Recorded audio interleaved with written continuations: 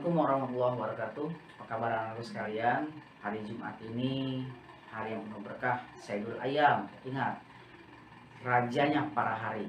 Jadi di antara hari-hari yang lain di Islam itu adalah hari Jumat.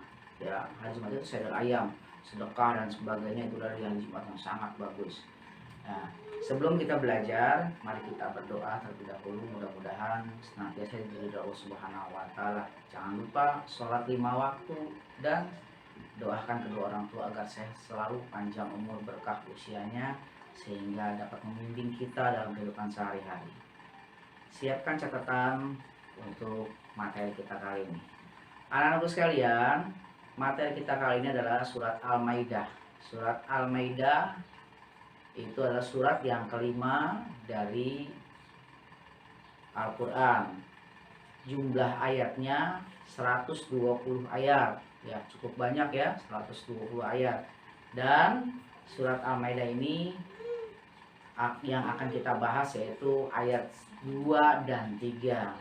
Nah, ayat 2 dan 3 ini panjang sekali. Jadi kalau Bapak baca sekarang nih nanti terlalu panjang sehingga ya menghemat memori ya. Jadi Bapak tidak akan membacakan. Nanti kalian baca, yang punya buku silahkan dibuka halaman 7 ya.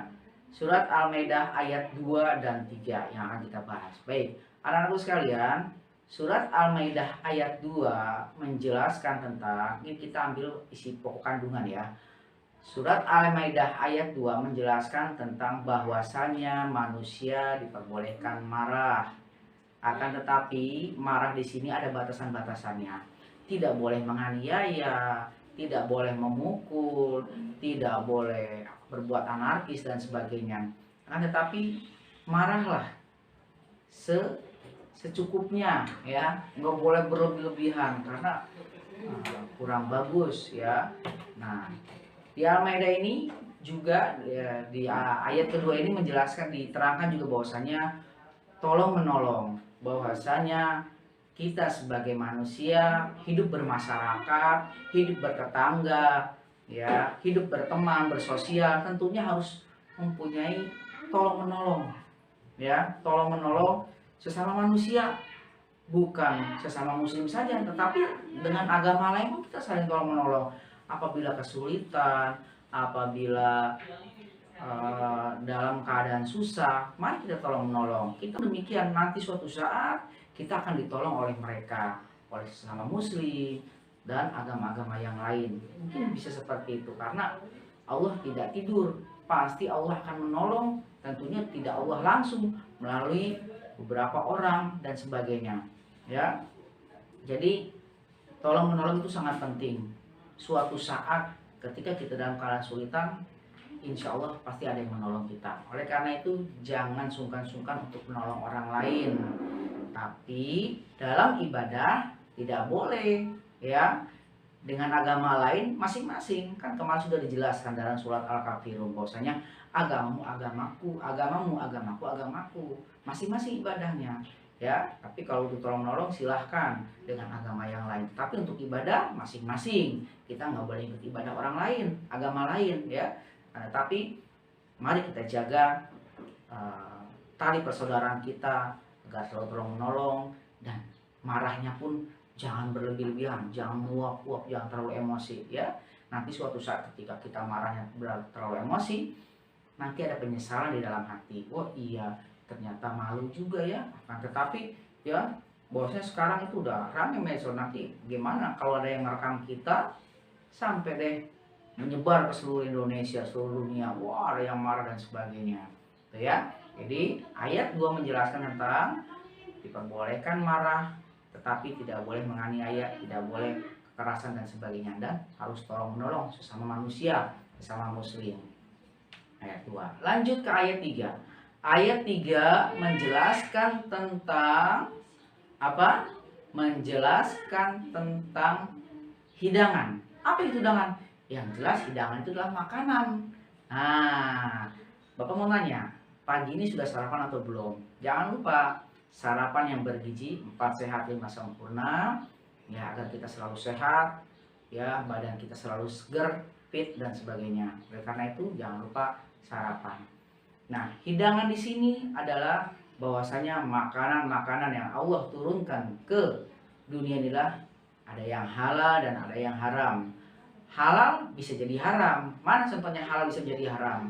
Ya, makanan halal tapi dapatnya boleh mencuri, nah, bisa menjadi haram. Tuh.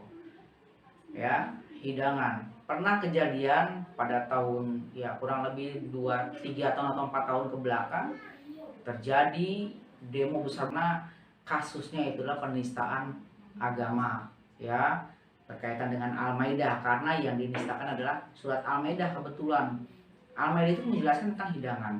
Nah, di sana sepanjang jalan di Jakarta itu banyak sekali makanan. Bapak menjadi saksinya karena Bapak salah satu orang yang ikut serta dalam aksi tersebut. Bahwasanya di sepanjang jalan setiap 1 meter sekali itu banyak sekali makanan. Masya Allah Rabbi ya, bahwasanya kekuasaan Allah sangat luar biasa. Nah, ada beberapa makanan hewan yang tidak boleh dimakan. Kenapa? Karena ketika dia mati dengan bukan cara disembelih. Contohnya kambing, sapi, kerbau, ayam, ketika matinya itu bukan cara disembelih. Mana? Misalkan dia kegencet pohon, ketiban batu dan sebagainya, mati, maka disebutnya adalah bangkai. Walaupun itu kerbau segede gajah, ya kerbau segede gajah, tapi kalau dia mati dengan secara tidak disembelih atau sembelihnya dengan tidak mengucapkan kalimat-kalimat Allah, maka hewan tersebut disebutnya bangkai ya, karena harus baca bismillah, takbir, menghadap kiblat dan sebagainya. Itu adalah cara Islam. Tetapi kalau bukan dengan cara Islam, maka hewan tersebut walaupun itu hewan segede gajah, haram hukumnya untuk dimakan. Oleh karena itu, mari kita jaga ya. Ada 2 hewan yang ketika mati sudah menjadi bangkai tetapi boleh dimakan. Mana? Ikan dan belalang. Ikan boleh dimakan ketika misalkan kita jalan ke empang nih, punya empang misalkan nih. Wah, ikan gurame besar tapi udah ngambang, udah mati. Boleh dimakan? Boleh. Tapi dilihat dulu, bau enggak? Rupanya, rasanya. Kalau sudah bau nggak boleh dimakan. Tapi kalau misalkan baru sehari, wah nggak bau nih, udah bersihin, cuci, goreng. Nah, dipecak, enak. Di sop digoreng, di sop gerame enak. Nah, satu lagi apa? Belalang. Belalang boleh dimakan walaupun sudah mati, tapi sama.